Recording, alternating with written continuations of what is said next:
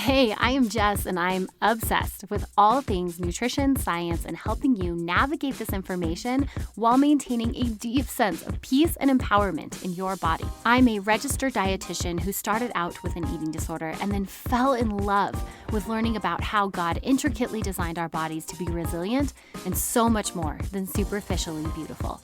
I am now a mama who loves to be healthy, not because of how it makes me look, but because of how it has transformed the energy I can give to my family, my friends, and you. On this show, we hit on real talk around the latest nutrition science and body image resiliency, all while balancing it between grit and grace. Think of this as your weekly audio coffee to encourage your empowered eating journey. This is the Fuel Her Awesome podcast. Hey y'all, as many of you know, it is Breast Cancer Awareness Month, and so I just knew I couldn't go through this month again and not talk about this. This is something that impacts so many women, and I have had the absolute honor of meeting a woman who, number one, is incredibly awesome. And she has, you guys know, I'm a sucker for stories of people who have overcome and turned their trial into service. And that's exactly what this woman has done. She's been through cancer herself, and she's here rewriting the narrative for so many women. So today on the show, I have for you Allison Hendricks-Smith. She is a licensed mental health counselor and art therapist who completed her graduate work at Southwestern College right here in my home state, Santa Fe, New Mexico. She has been involved in nonprofit leadership positions for the past 17 years, but it wasn't until she experienced her own story that she actually shifted into building her own nonprofit. She is here today to talk to us about Pink Warrior House and how she is building community within the breast cancer world and giving to those who are going through this battle. You are going to hear all about her foundation, Pink Warrior House, but first we're going to hear her story and how she grew from this new unexpected diagnosis into the dedicated leader that she is today. If you guys feel at all the desire to help and support the amazing work Allison is doing, you can find information on how to contribute to her organization in the show notes below. And just know that Fuel Her Awesome is also contributing. We are actually donating 10% of all our sales this month to Pink Warrior House because I really believe in what this woman is doing, and I cannot wait for you to hear her story. Well, hey, Allison, it is Breast Cancer Awareness Month, and you have tons going on, and you still squeezed me in for an interview. So I just want to start by saying thank you so much for being here. Oh, Jess, I adore you, and I will always make time. And thank you for the opportunity to be on your podcast. Oh, you're the best. Now, so the story of how we met is I actually met your sister camping, and we were hanging out, and she was telling me, like, you've got to meet my sister. She was like, I feel like you need to meet my sister. And then I met you, and I have to say, like, your energy, it is magnetic. Like, I felt instantly when we first met that you have something to say and I need to listen up. And then as I learned about you and your story, I found this to be 100% true. You are doing something really special for the community, but it came through your own journey and your own struggles. So we're just going to dive right in. We're going to just dive into the deep stuff. Are you good with that? I'm totally good with that. Okay. So tell us about your journey over the last few years. Yes. So I was lucky enough to become a mama a little bit later in life. My son Atticus was born September 20th of 2015. And I struggled with breastfeeding. I had a hard time keeping my milk up. So I took every kind of supplement and hormone and mama's milk tea and lactation cookies and all the things you can take to keep your milk up. During that time, it was about a year and a half that I kind of tried to power through. I developed mastitis, not once, not twice, but 3 times in my left breast. And, I was young, I was in my 30s, so nobody thought anything of it. And they just kept prescribing antibiotics after antibiotics after antibiotics, telling me I had clogged milk ducts. And in hindsight, I start there because I realized that that's where my cancer journey began, but I just wasn't aware of it. So then fast forward, I turned 40 and always was brought up to believe that preventative care was super important. And we were changing insurance companies. My birthday's in October, so I waited until January. We were on the waiting list for a primary care physician. So I literally just Googled mammogram Albuquerque. RAA came up, and I called them and I said, "Hi, I'm 40 and I feel like I should get a mammogram." And they said, "Do you have any concerns? And I said, no, I have super lumpy, bumpy breasts because I've been breastfeeding for the last year and a half. But, beyond that, nothing of great concern. And they said, wonderful, we'll come on in. So I went in for that first mammogram, and they said you have super dense breasts, and there's like an 85% likelihood that you'll be called back for additional imaging so we can get a good baseline. So I said, Mhm. okay. And they, sure enough, a couple days later called me and said, we need to schedule you to come back in. And I said, okay, no worries. My husband said, are you concerned? And I said, oh, no, not at all. They told me this was likely to happen. So Mhm. I went back in the following, so I had my mammogram on a Thursday. I went back in the following Friday for additional imaging. And after the first 3D mammogram, they said, oh, we want to do an ultrasound. After that, it was, we think we need to do a biopsy. And in fact, we'll squeeze you in today. All things that are starting to kind of become red Mhm. flags, right? Mhm. So we did the biopsy that Friday afternoon, and they said I would hear within a week. And Monday morning, I got a call from REA. And they said, you need to come in for your results. And I said, gosh, I don't really have a lot of coverage at work. I was running another nonprofit at the time, and I missed all day on Friday because I was in there doing scans. Do I really need to come in, or is this something you can give me over the phone? And they said, no, you really need to come in. So Oof. at that point, I knew, and I called my husband and I said, we got to go. And it's, probably not good news. And sure enough, they said, yep, you definitely have cancer. We, sent it off. It looks like it's invasive ductal carcinoma, but we think it's really early stage. So that was kind of the buffer there. And I said, okay, well, that's really good. And my journey, like so many, I think the trajectory has been upward moving, but for those of us on this road, it's often two steps forward and one step back. So my Mhm. very early stage, then it became that I had three tumors. One was over 6 centimeters, so that made it a little more serious. And then, so they started me on three different chemotherapies, which I did for 6 months. The first one was every 3 weeks for 3 months. That was two chemos. And then I went every week for 3 more months for another chemo. And about a month that took me from, so I was diagnosed in March. I had 30 days to put a team together, and I had an incredible team. Mhm. Our insurance gave me the opportunity to kind of pick and choose. And so I was actually at three of our four cancer centers with this beautiful team of fierce female doctors who held me and cured me and did all the things. And so I was doing chemo from April to September of 18. And then in October, I had a great response to chemo. It actually shrunk and basically eradicated all of the visible cancer. So that's what they call a complete diagnostic response. So when they went in to do MRIs and ultrasounds and CAT scans, there wasn't any visible imaging of the cancer left. So that was great news. So they decided to excise the clips that they had Mhm. placed during the biopsy, and that's considered a lumpectomy. And so we did that. And then at the same time, they did what they call a sentinel node biopsy, because your sentinel nodes are the closest axilla to your breast. So if the cancer starts to move outside of the breast, it will go to the sentinel nodes first. So those are the ones that they take. And while I didn't have any tumors in my lymph nodes at that point, I had what they call ITCs, which are isolated tumor cells. And while those would typically be considered node negative for disease, my oncologist felt like after 6 months of straight chemo, the fact that there was anything in my lymph nodes made it Yeah. node positive for disease. Additionally, my margins came back unclear. So 30 days later, we went in, did the mastectomy, took everything. Because of the lymph node involvement, that meant 30 rounds of radiation too. And I felt like I had just truly world class medical care, right? Like I really felt like I was in good hands throughout the whole thing. However, what I will say is, as a community, I think we were woefully lacking in meaningful breast cancer specific supports. I Mhm. struggled to find young survivor support. I struggled to find a support group. I found one yoga class on a Monday night for breast cancer, but they didn't have childcare, and I had a 2 year old. I called 17 hair salons, and nobody would cut my human hair wig because they're thousands of dollars and they don't grow back. And if I didn't like it, the salons felt that would have been Yeah. a liability. And while I understand all that, it was just kind of like one hurdle after another. And during that time, I was still working full time, running a nonprofit, raising a 2 year old, Oof. doing all the things, keeping the plates in the air, you Yeah. know. But at the same time, there was this sort of big elephant in the room of my life, which was cancer. Mhm.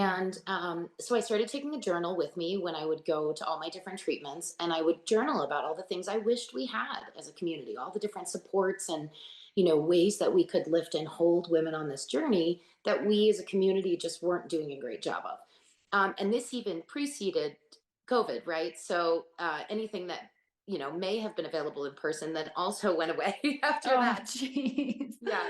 So, that was a tough piece of this, honestly, to swallow. And I think what a lot of people may not understand is breast cancer traditionally is a really long journey. Mm, 75+% of cases are what they call hormone receptor positive. And that means that the cancer feeds on either estrogen, progesterone, or both. In my mhm, case, it was both, right? And so then they put you into chemically induced menopause for five mhm. to 10 years. And that's like a light switch. I don't imagine that menopause is easy for anybody. But normally you have this period over time where your body moves through the stages. With chemically induced menopause, it's literally a light switch. It's like one day you are not in menopause, and the next Yeah. day you and Welcome. yeah, right. Right? And all the challenges that come with that. And so you're looking at, a year and a half or so of active treatment if you're just, without a lot of extraneous challenges. And then on top of that, potentially 5 to 10 more years of treatment. Mm. So it's a really long haul. And I'm not so sure that people know that if they haven't been Mhm. through it or someone close to them hasn't been through it. So all the No. more need for community support because the duration of the journey is so long. Yeah. I'm curious, how did that I mean, there's so much, and this is a podcast where we talk about taking care of your body and, working with your body, but there's always this chance that, like, something could surprise you, right? And here you are. I mean, you're preventive care, you're 40, you're like, "Hey, I should keep taking care of my body," and then bam, get hit with this news. So I am kind of curious, how did that impact your relationship with your body? Yeah, so I don't know so much that it was the news that impacted it, but I think I did what many, many women do, right? So here I was exercising, always eating right, taking care of myself. No genetic markers. I did all the genetic testing. We do have some familial. There was breast cancer with my on my dad's side in a couple of instances, and I came to learn that prostate is often considered the male version of breast, Mm. but I didn't come to know that until much later I didn't know that. Yeah. because it's hormone driven. So the Mm. medications are similar, and there's a lot of prostate cancer on both sides of my family. In fact, my dad was diagnosed after I went through treatment, and one of the first questions they asked him was, "Is anyone in your family a breast cancer or a prostate Oh, cancer?" interesting. Right? So, so there was that correlation, but when I did the genetic workups, there was no BRCA. And the thing that we have to understand about genetics though too is that they're discovering new markers every day. So, when I got tested 5 years ago, I was not positive for any of the genetic markers I was tested for, but again, that could change should I go back and get tested again, right? Yeah. So there could be a genetic predisposition, but I think the one of the first things that women tend to do is go, what did I do to cause this? Right? Like, what did I do wrong? What could I have done differently? Totally. And we work really hard with our women at Pink Warrior House to try to get them to stay away from that because truly, you're never going to find that answer. And it wouldn't make a difference anyway because you're already where you're at. That being said, if someone has strong lifestyle factors that would increase the likelihood of recurrence, we certainly encourage them to, you know, Sure. find a path to good nutrition and exercise and all of those things going forward. But you talk to a lot of our women and they're, vegan marathon running women who really, for no reason, developed breast cancer. Mhm. And it can be very mentally challenging when you get stuck in that rabbit hole of what did I do wrong? How did I cause this? Why did I get this? Right. Yeah. So how did you heal that? And how are you teaching other women to heal that and not go down that rabbit hole in the first place?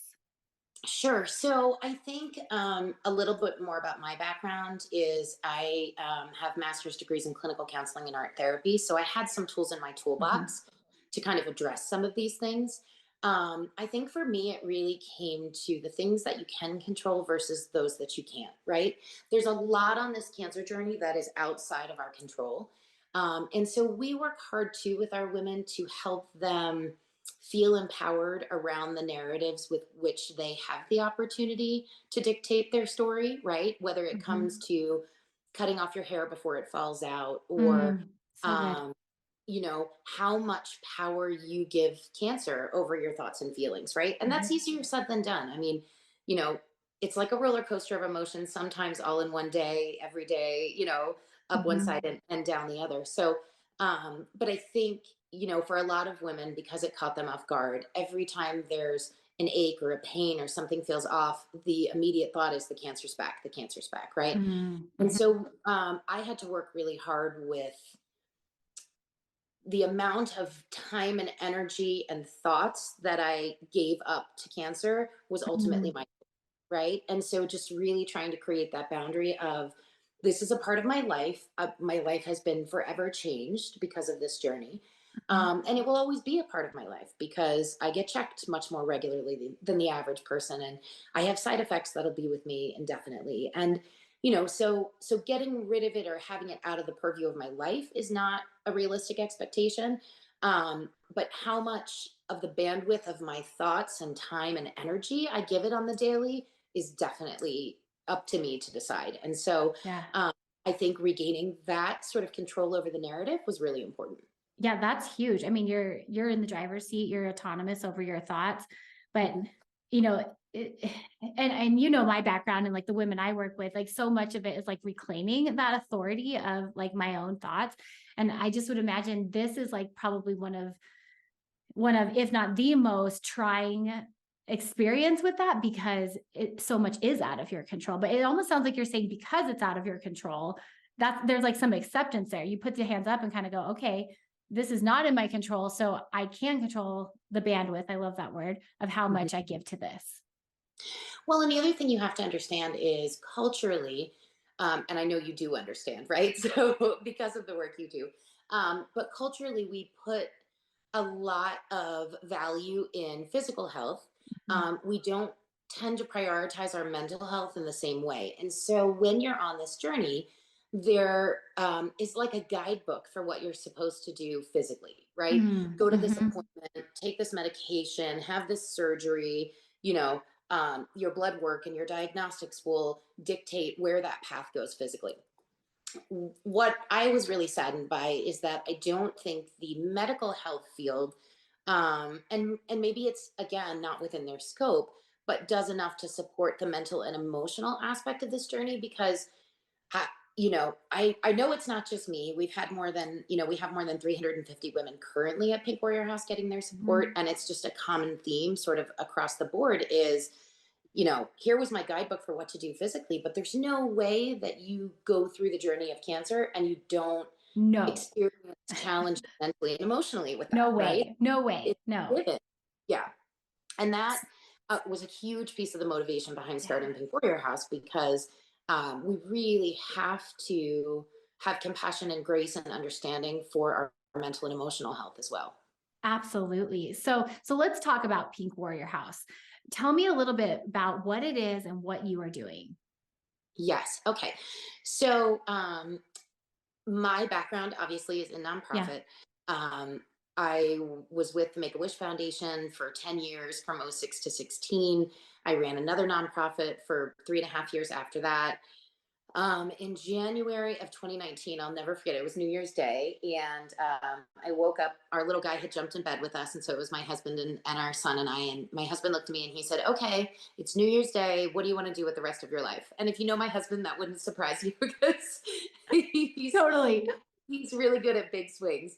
And he knew, I mean, he had been with me, he had seen the challenges, he had known Mhm. what was kind of percolating in my head. But it's scary. I had always brought home a paycheck with benefits. And so the idea of like diving into something totally unknown and then just wondering, am I the only one who feels this way? Right? Like, what if we go to all these efforts to start this foundation and nobody else thinks it's necessary? Right? Like Mhm. these are the doubts that The creep in. doubts, yeah. And so it would have been much easier for me to stay on the path of the regular paycheck and still doing incredibly rewarding work in the community. But like I said, my husband knows me all too well. And so he got his laptop and he said, "Okay, what are we going to name it? Let's go. We're going to incorporate it right now." And so we did that and we sent off the paperwork the next day. And so that was, January 1st, 2019. And we spent the next 10 months working on our mission and our vision, putting together our board of directors, getting our 501c3 so we were a legitimate organization, finding our future home, right? Doing all the things. And then let's see. So that it was about June, and I was doing Pink Warrior House nights and weekends, and working at the other nonprofit Monday through Friday, during the day, and then Juggling it raising all. a And year-old, yeah. still fighting cancer and going through radiation, and doing all the things. And I realized that if Pink Warrior House had a chance to be what I envisioned it could be for our community, then I was probably going to have to give it 100%. So I put in my notice in June at my other job and told them we were launching Pink Warrior House to the public October 1st. And I ended up staying on until September 30th, right? So there, there Yeah. wasn't a lot of transition Mhm. time. And then October 1st of 2019, we launched to the public. We had some really good media coverage, which was wonderful in helping to get the word out. We have some of the most incredible community partners you can see if you follow us on social media or you go to our website. And so that really kind of helped with the launch. But we started with 3 programs, Jess. We had an all ages and stages breast cancer specific support group. Okay. We had a Battle Buddy network where you could be paired up with a mentor. And back then it was just a mentor. Like we didn't have enough of a bank of battle buddies to get you paired up with someone who maybe had the exact same, diagnosis or the exact Mm. same treatment protocol, where now we have a lot more opportunity to get you somebody who really has been through exactly what you've been through. Mm. Okay. And then we had warrior bags, which are these bags of love that we would distribute through the cancer centers. So we had a handful of warriors, we had 3 programs, and we hit the ground running October 1st of 2019. So fast forward 4 years to our 5th October, and we have well over 30 programs on the regular. We have over 350 women right now that get their supports through Wow. the house. So I guess what that tells me is I definitely wasn't alone in my belief that we needed to do better. So yeah, Totally. it's totally just a Wow. privilege to be a part of. And I tell people, really, I just steer the ship at this point. It is the way our women show up for each other every day, and our practitioners who give so readily of their time and talents. I mean, that's what makes Pink Warrior House magical. But I'm honored to be here. So Wow. I mean, it is just so incredible. And I think like going back to what you said about the thoughts and how you decided like I'm not going to give cancer the bandwidth anymore, and like look what you did with that extra bandwidth. It's just incredible, and it's not only I'm sure been rewarding to you and served you, but 350 women. I mean, that's crazy. That's a ton of women that and that's current, right? So you have to think wow. too. There are women that move through our program and are ready to put cancer behind them, and in that way, we hope we never see them again, because we Totally. hope they, never end up Yeah. back on the journey. And then we have other women that say, this is the sisterhood I always longed to be a part of. And I just hate that I had to, get cancer to be here, but these are lifelong friends and they'll be plugged in indefinitely. So, there's a lot of different movement depending on where people are at, and how they process their own stuff. It's so incredible, Allison. It's so incredible. Now, how can people, if anyone listening is interested in either getting involved in Pink Warrior House, supporting Pink Warrior House, or maybe they need to get plugged into the community, how can they get connected with you guys? Right. So our website is pinkwarriorhouse.org. You can fill out the contact form on the website. Mhm. My work cell is listed on our website. Anyone's welcome to reach out that way too. Sometimes people drop messages through social media and we connect that way. All of the typical modern, outlets and Yeah. paths to reach us are there and available. We get a lot of referrals from all of the different cancer centers. One of the things that I love to hear, because I always ask people, how did you find Pink Warrior House? And sometimes it's a referral from their cancer center or one of our amazing community partners, right? They went into Lily Brock and bought a necklace, or they went to Flying Star Satellite and they were, raising donations, or um, you know Canteen and High and Dry and Steelbender, and we just have so many incredible partners. And so sometimes it's that way, but one of the things that I love the most is when people will come to me and say, I was sitting in the waiting room at radiation, and the women were just talking and talking about Pink Warrior House and how wonderful it was and how I had to reach out. And so I think those referrals from our warriors are the most meaningful, because they truly find ownership and investment in this community. Like Mhm. one of the reasons we have more than 30 programs now, is a lot of our warriors have gone back and found a skill set that they believe could contribute to the community and Mm. come back and contribute, right? Like So what we you did. Right. So we have warriors who've gone on to become Reiki masters or get certified in mindful meditation or nutrition, and then come back and serve the other women in the same way that they were served. So Mhm. it's just really beautiful to see the organic growth in that way. Oh, that's so incredible. Now, are all of these women in New Mexico? Yes, the vast majority. We have connected with women outside of New Mexico. They're typically a loved one or friend of one Okay. of our existing warriors, right? Like my sister's been diagnosed and she lives in Colorado, or that kind Mhm. of thing, where they started with us and they moved. We have warriors as far as France because we had one who started in Santa Fe and moved to France. Wow. Um, we recently supported a woman in Puerto Rico, through another connection of Pink Warrior House. So we do sometimes send warrior bags, or, one of the benefits I think of COVID, I'm always looking for the silver linings. And for us, it was that we established robust virtual programming. That's So awesome. Mhm. even when we came back in person, we still kept those virtual supports. That's awesome. So it does mean that people can plug in from wherever. But that being said, yes, 95 plus percent of our warriors are right here in New Mexico. The vast majority, I would say, are in Albuquerque, but we have warriors, oh my gosh, in Gallup and Grants and Taos and Santa Fe and Espanola and Clovis Mhm. and Bruces and so it's not, and Socorro and Las Lunas and Berlin, and so it's not just Albuquerque, certainly. Yeah, yeah. But that's great because yeah, it's all over the state, but you've started to spider out into the rest of not just the country, but the world. I mean, I imagine knowing you, that's probably the direction it might go. I don't know. I'm just gonna throw that out there. um, now I do want to ask one more question because it is breast cancer awareness month. For anyone listening, that doesn't know what a breast self-exam is, what is it, and how often should we do it? Right. So early diagnostics are so important. I truly cannot stress that enough.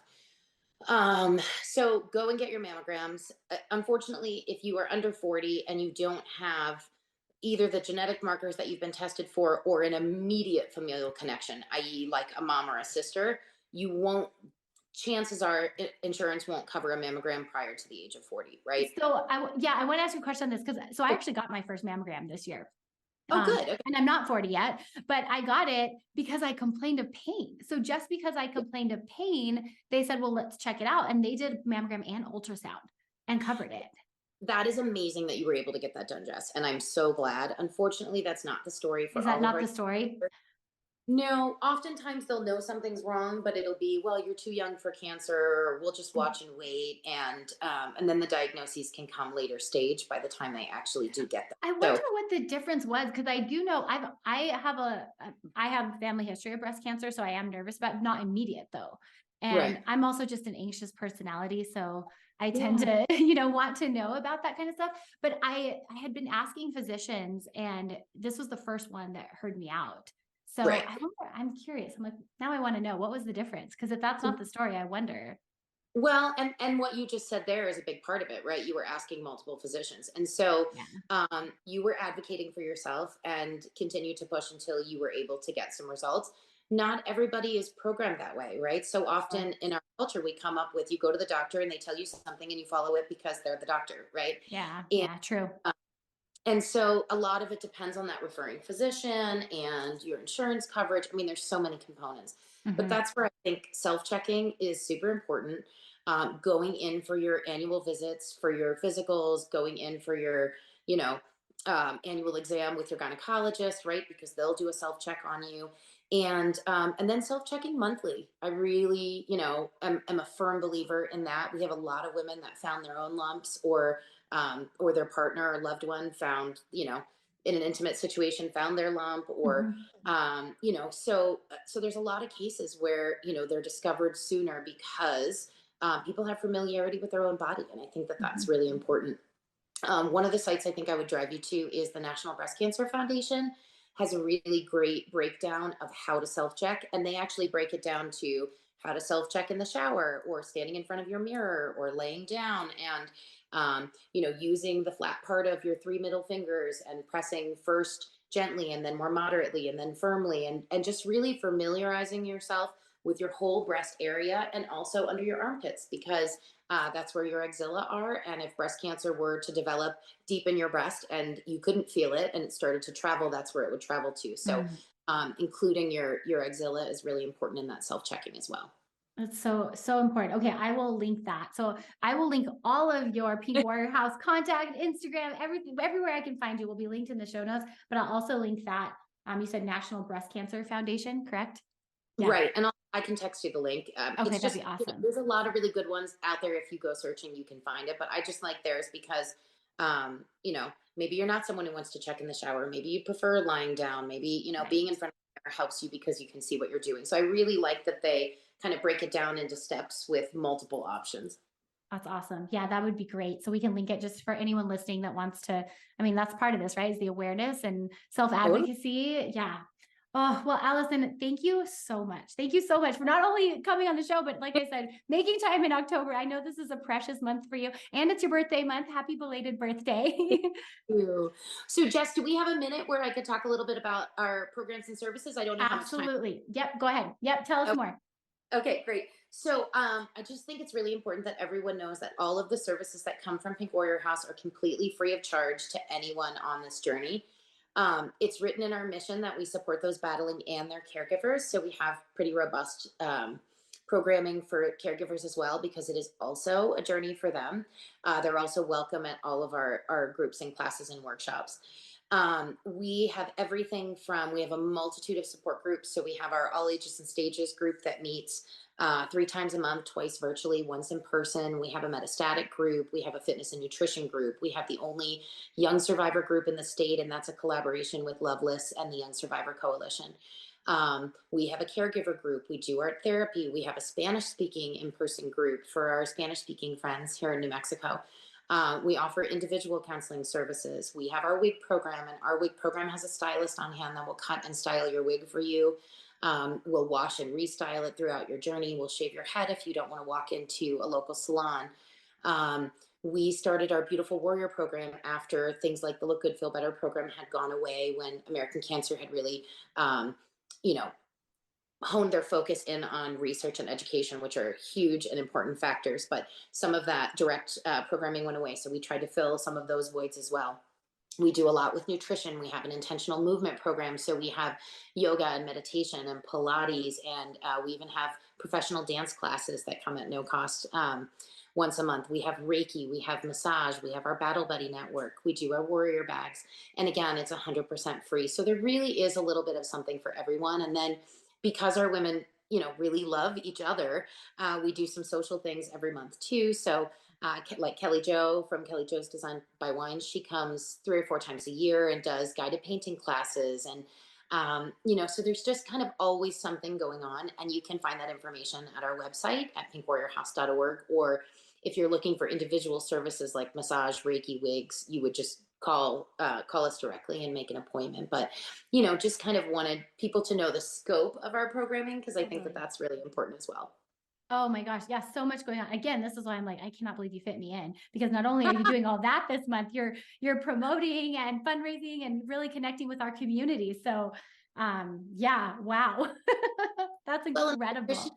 I appreciate you bringing up the fundraising piece too, because as I indicated, all of our services are free of charge, but There's they a come at a reason. cost, right? And Yeah. so we have to raise those monies. And so we have 50 events throughout this month in October. So we Mhm. raise about half our budget for the year in the month of October, but we're always fundraising. So if anyone, feels generous in their heart and wants to support, please know it's a direct line to the women in this community that are battling breast cancer. So, every donation goes right into programs, and it's just a really clean trajectory. So, No, I think that's so cool. And can they give online? Can that be yep, okay? right on That's the website. great.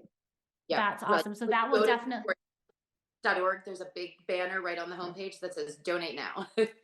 that sounds great. We'll make sure all of that is available to folks so they can connect with you.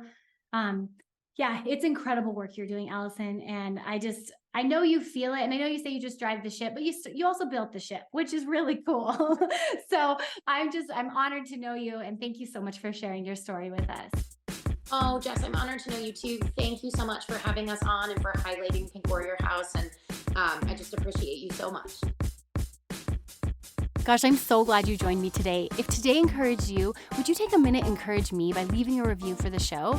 I read every single one of these reviews, and your words, they mean so much to me. This podcast is here to support you weekly, but it only scratches the surface. To learn more on how you can become an empowered eater, snag my free workshop, How to Eat Intuitively and Hit Your Goals Without Obsessing Over Food, at jessbrownrd.com. Don't forget to join me right here next Monday, where I cannot wait to fuel your awesome. Cheers, my sweet friend, and happy eating.